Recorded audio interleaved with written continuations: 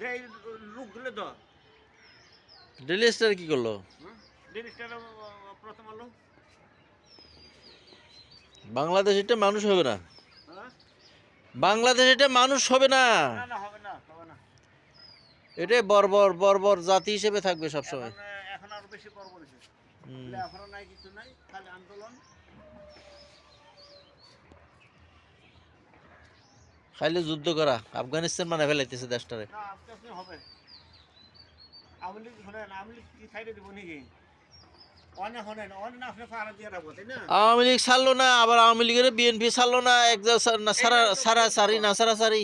এটা দেবো। হ্যাঁ, এটা হইলো নাকি? না এখন আপনার বুঝলাম অস্ত্র দিয়ে সৈনিক দিয়ে আপনার 15 দিন কইছে 15 দিন হ্যাঁ। এরপরে যাইবো কই। আমাদের তো জীবন শেষ, আমাদের তো লাইফ শেষ, মরি মরি বাপ। এখন আমাদের যারা প্রজন্ম আছে তারাই তো কষ্ট পাবে। আমরা চাকরি বাকরি সব শেষ এখন, চাকরি তো নাই ওই চাকরি বাকরি সব শেষ নাই ওই।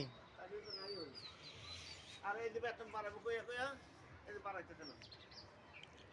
8,200 টাকা চলে একটা লোক হাসিনা তো এই সরিষাটা করে কোনো বছর 5 বছর পর অন্তত দেওয়া সার্ভিস দেওয়ার কথা এটা না দেয়া এটা কই বলতে না তোমার হাত না বিদেশে পাঠাও তখন তোমাদের রাষ্ট্রপতি হয় না আর চাকরি লাগে টেহা দিলে কোন টাকা